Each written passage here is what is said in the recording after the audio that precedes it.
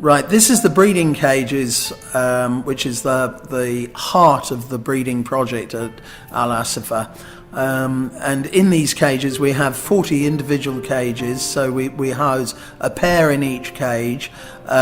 We use the molecular biology lab to sex the stone curlew. They're individually sexed and then placed as pairs in these cages. We use a gravel substrate because it's very good for the feet. And we keep the cages scrupulously clean. They're fed twice a day and they're checked for eggs also twice a day. The eggs are placed in numbered compartments so that we, in a standard egg box, so that we can follow the egg from the source to the chick. In addition to the stone curlew breeding facility, we also have world-class cages that allow us flexibility to work on other species. Although predominantly the stone curlew or curlewan, we also work on some of the African bustard species, such as the Hughlin's bustard and the Corrie bustard. We're a small part of a much bigger team. We've got on-house veterinary backup and maintenance, and we all work together as a team to make this project possible.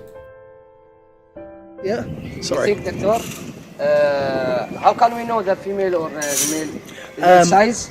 Yes, precisely. Yeah, the male gets a very heavy neck, and we can take a feather sample and sex.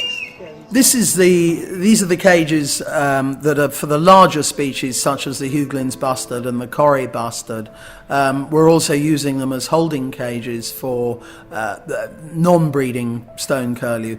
Stone curlew take 2 years to mature to sexual maturity, so we have to hold them for a full 24 months before we can actually transfer them to breeding cages, and these pens are used for that, and also to house the Corrie bustard, which is seen here. And here we've tried to tame the Corrie bustard with tidbits such as mice and grapes. This makes treatment of birds very much easier. We can make sure they have their vitamins, and if necessary we can give them antibiotics or medicine as required. This has a great advantage when you're trying to manage the population, and it makes them very much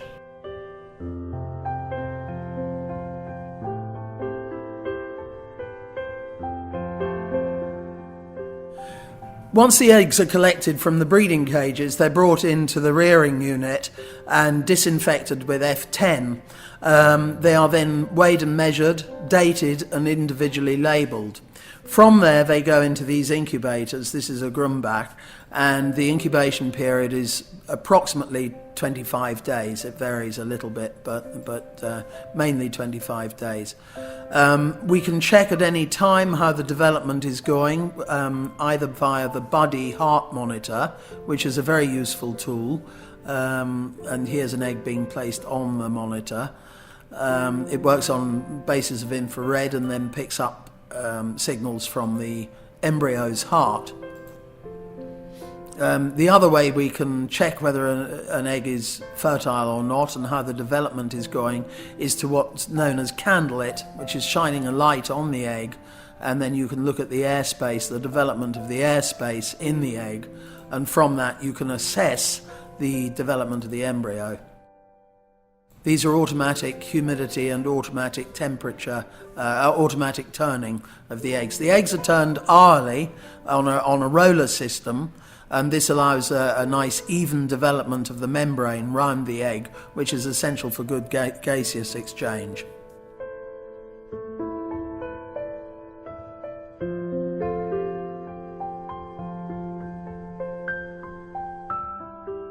As the eggs approach the day of hatching, we candle them very closely, and round about day 23 we transfer them to these hatchers. The hatching is very different from the incubation in that the egg is static and not turned anymore, and the atmosphere around the egg is boosted from about 45 parts per thousand humidity, relative humidity, to we boost it up to about 65 parts per thousand for hatching, so that the membrane and the shell are. شوف دكتور كيفن شو مسوي. مسجل رقم البيضة 63 اللي هي 63 مع التاريخ. ومتى أول ما طلعت عنده فايل مسجل برقم رقم البيضة، عنده معلومات كاملة، البير، الكيج، هذا وايد زين. أكيد دكتور.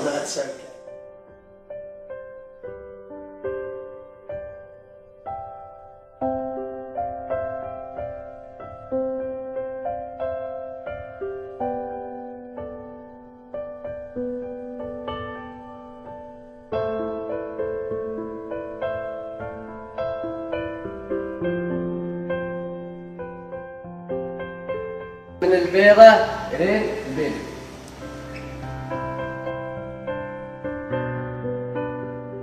From the hatcher, once the chicks are hatched, the first thing we do is let them dry and then weigh them and record their weight. From the hatcher, they then go into these acrylic boxes where they have a dull emitter heat lamp and also a daylight UV lamp. This is very important for calcium absorption and vitamin D synthesis. Here's a newly hatched chick. They get a diet of mealworms and chick crumbs, quail starter crumb. العاصفة 3 فالكن هذا انتاج الكروان 2017 وناموس. Thank you. أشكرك دكتور أشكرك. So these are the older babies. وقف تعالوا بوريكم شيء. 3 من بدينا من عند البيض لين التشوكي يسمونه الصغار. تعالوا شوفوا تعالوا شوفوا تعالوا انت. As soon as the chick is self-feeding, we move them out from the acrylic boxes into these cages here, which have the great advantage of having both an air-conditioned inside and a non-air-conditioned outside. This allows the chick to choose its own comfort zone in terms of temperature, and the exposure to natural sunlight is critical for the development of vitamin D, and the vitamin D in turn is critical to the absorption of calcium.